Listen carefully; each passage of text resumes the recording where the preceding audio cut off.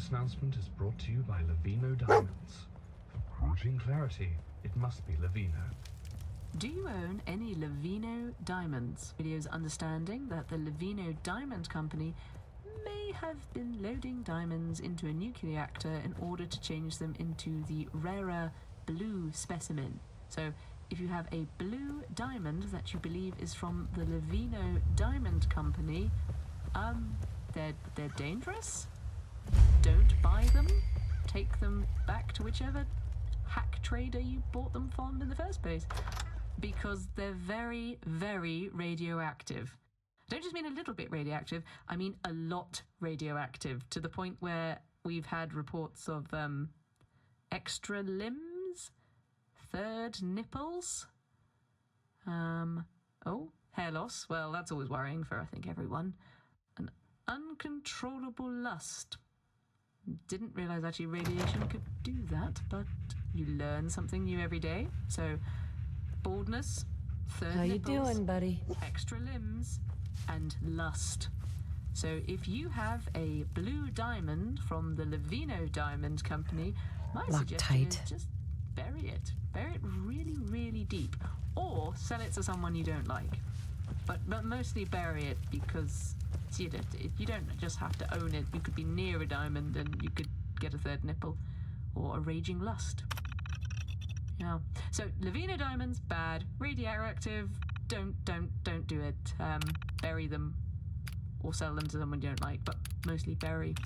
Everybody, got some news. Throw them in water. Followed by followed by flashes, blinding flashes. What's going on? Sounds of explosions. Did you hear the news? We're trying to get confirmation. What's happening? We seem to have lost contact with our affiliate stations. That is bad. We do have coming in. That's confirmed reports. I repeat, confirmed reports of nuclear detonations in New York and it's happening. Pennsylvania. So, Lavino diamonds, bad. Don't buy them. Follow me. It's finally happening. War never changes.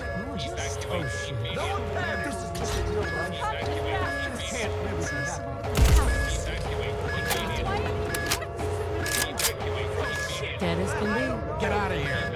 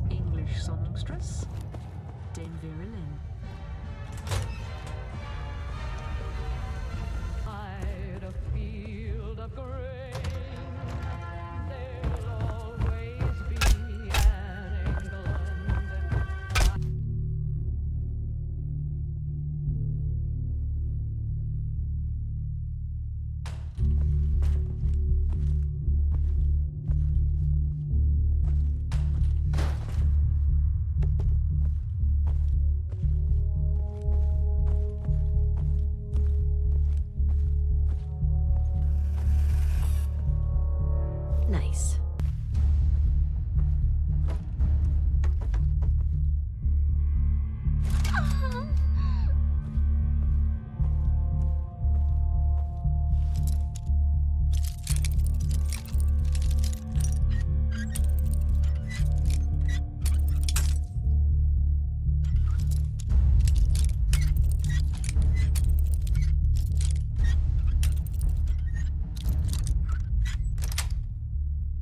That's it.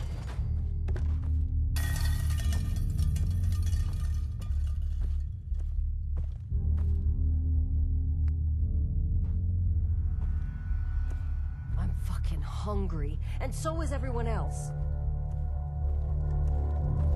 Just don't hurt us.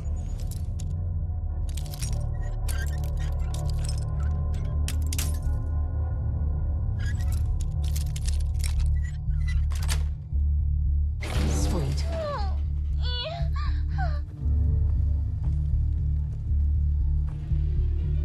It's your business to know what you're putting in your child's bloated belly. That's why sugar bombs are engineered to please both your child and not damage his or her tender brain. They taste so amazing. Out of my way. Not bad. Quick, absorb Not that. bad at Of all. course, Mother. Sugar bombs are made with nutrients and stimulants and nutrients, weaving taste and performance together in a potent breakfast cocktail that'll provide a day-to-day breakthrough in your child's life. I Sweet. can see the future. Sugar bombs may Bingo. last up to 12 hours. After that, it's anyone's guess. Buy 2 boxes and get a third half free until supplies last. Cereal has Yes. seldom been so crispy, so fresh when it hits your stomach, blasting your brain with 5,000 taste bolts of volcanic delight. Sugar bombs are built from the ground up to prime you for launch.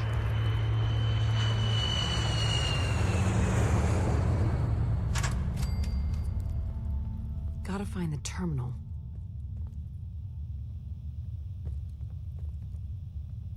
Come to Mama.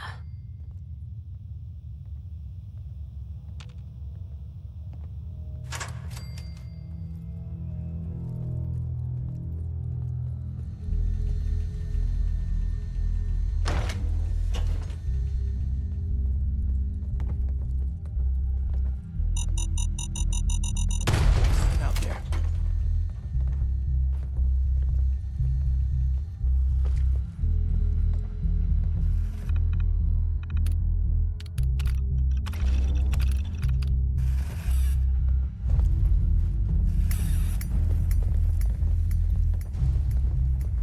Something. I know it was something.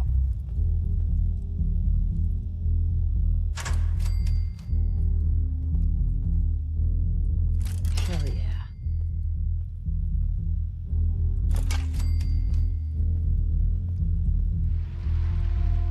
Value is relative, but relatively, what is value? On edge. At Fallon's, each price Yes. represents our pact with the customer to bring things down to a manageable level of value that also takes luxury into account. Mass production techniques may have brought things up to speed, but it's time-honored, well-worn, oak and varnish tradition that really keeps things classic. Ah, that's progress. Excellent.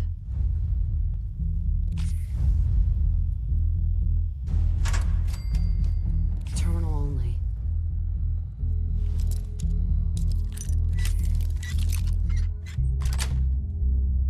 Yes.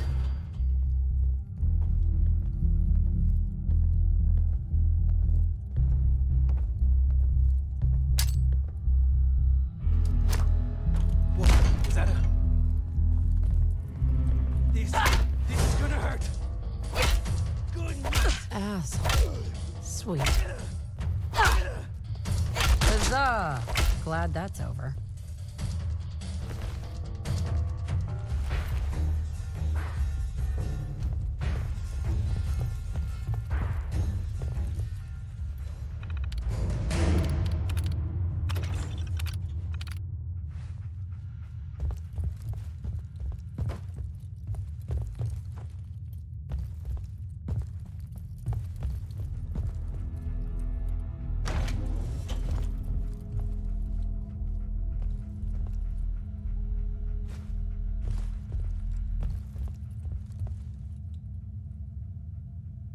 Terminal should open this.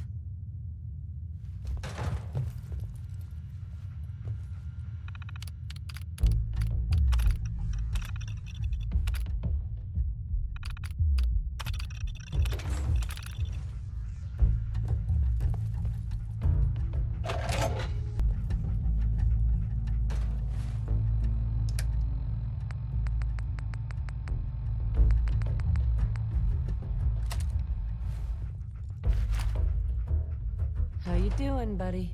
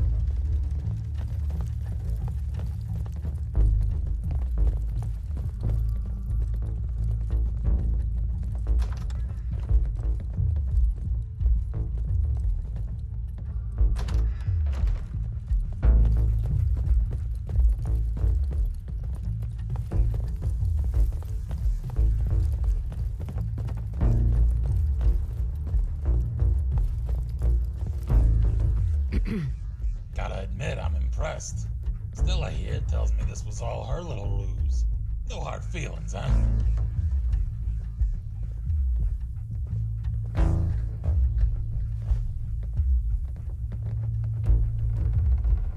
I will not be recommending this place to my friends. And a sense of humor, too. I like it. Sorry for any misunderstanding. We're a shoot first, ask questions later kind of place. Never can be too careful with looters breaking and entering these days. Don't misunderstand. We're not criticizing you. Those were fair kills. You didn't know who we were, and we didn't know you from a random looter. Thankfully, Stella fessed up. Hey, I was just trying to have a little fun. How was I supposed to know they weren't a common criminal?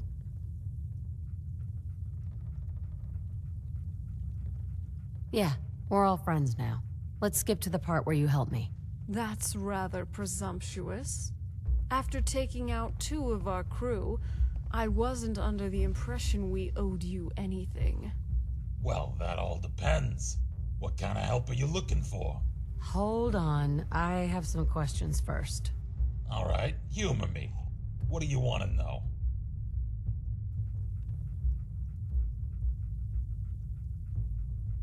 So, what's your story? Tell me about yourself. I'm originally from Detroit. Used to make pickup trucks there at the Ford plant before the war.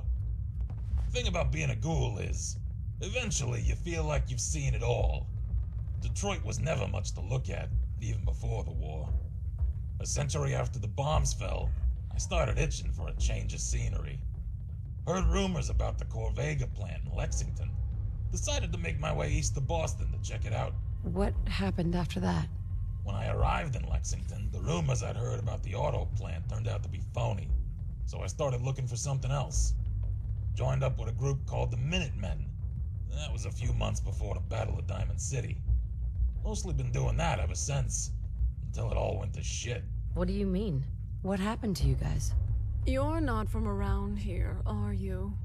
How about we do the abridged version for now?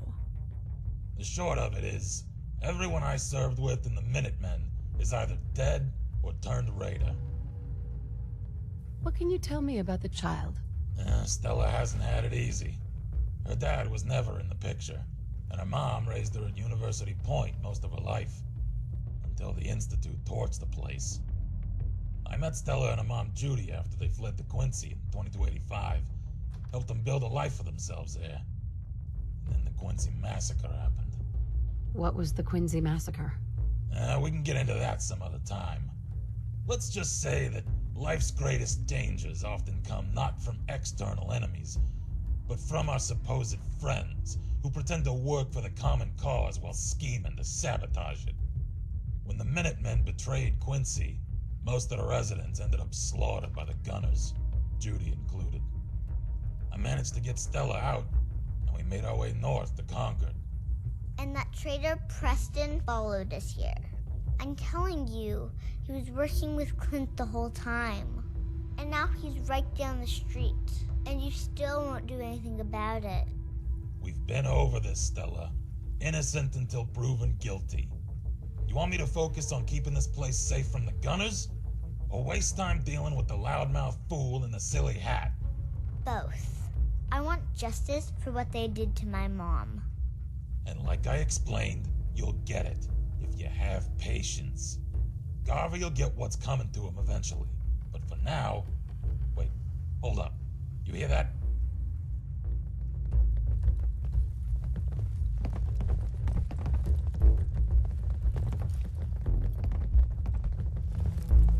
We're hot!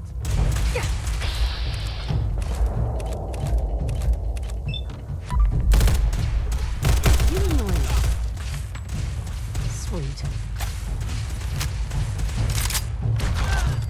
It'd be a shame. Take him out.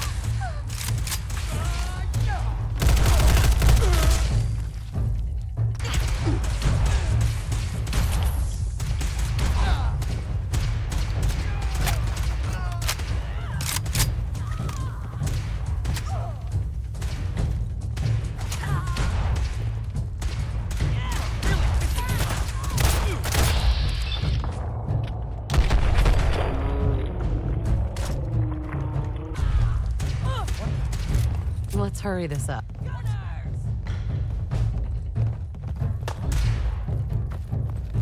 Are you kidding me? More. Got it.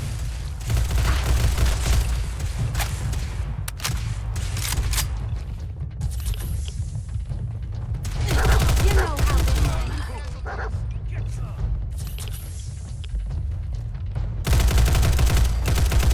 treasure was all mine.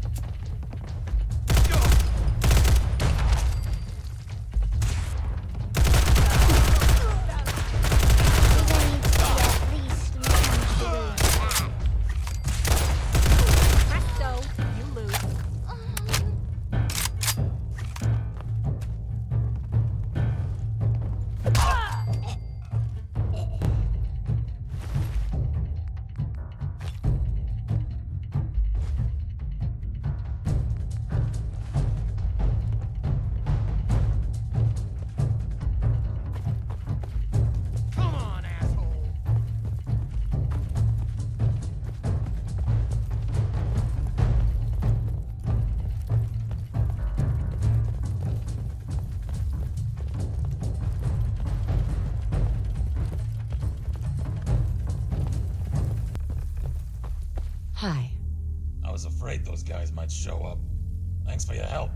You alright? I'll continue to help, but you owe me an explanation first. It's complicated. What do you know about the Gunners?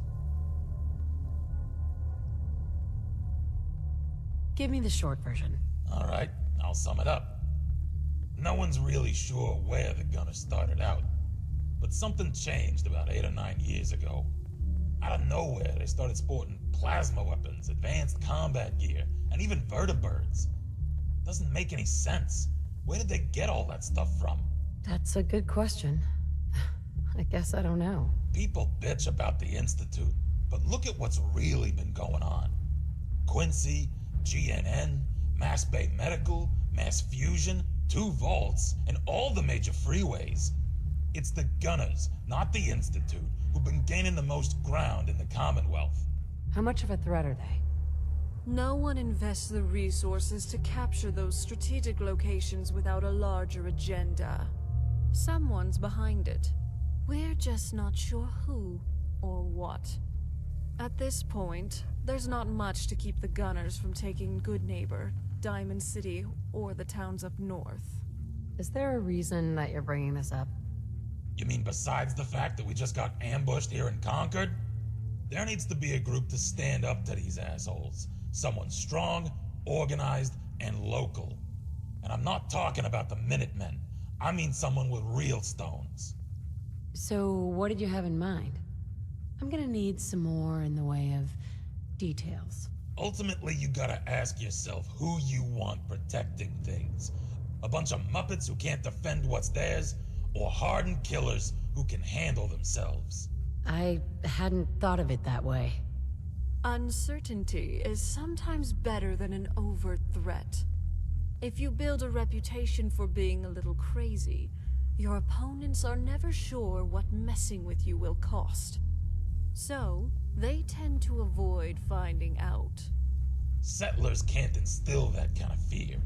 Whether it's against raiders, synths, mercs, super mutants, or even mole rats.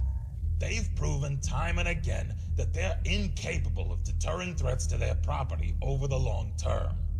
The Minutemen worked for a while, but they ended up self-destructing. What happened to the Minutemen? Depends who you ask. The challenge with running a militia is that volunteers inevitably have their own agendas. For a coalition to last, there needs to be a chain of command where members don't feel too constrained by your influence. But still fear you enough to follow your lead. Maintaining morale requires convincing soldiers to think less about themselves and more about the group. Involve them in a cause, a crusade against a hated enemy, and make them see their survival as tied to the success of the militia as a whole. Of course, It's easier said than done. Somewhere along the way, we lost that sense of common purpose. Infighting took over, and the militia gradually splintered into different groups. Some became raiders or joined the gunners. Others just disappeared. Quincy was the final blow. And now we're back at square one. Jesus, what a mouthful. What's the plan again? Whether it's the Gunners, the Institute, or who knows what other groups are out there, they're too powerful to take on directly. So we've got to use our weaknesses as strengths. If your enemy is big and you're small, then by extension, you're fast and they're slow. You're hidden and they're exposed. So we break our forces into independent cells who can operate elusively and autonomously, fighting only the battles we know we can win, capturing the enemy's weapons and gear along the way. And using those tools against them in the next encounter. That way, the enemy is supplying us, and we grow stronger as they grow weaker. Makes sense, I suppose. What's our next move? The Gunners are calculated and cautious. It's gonna take them a while to figure out what just happened, which provides us an opening. The critical elements in any campaign are speed and adaptability, making decisions faster than the enemy can. Striking first, before the Gunners have time to assess and formulate a response, may throw them off balance. Their nearest outpost is up on the freeway, southeast of Walden Pond. That's likely where the attack came from. The freeway wasn't particularly well guarded to begin with. Probably even less so after the raid. I want you to head over there, take out their remaining guards, and steal their weapons, so we can fortify our presence here in Concord. Prove to me you can handle that task, and I'll have a larger project for you when you return. And if you want bonus points, there's rumor of a raider's stash over by Corvega. We'll mark the location on your map.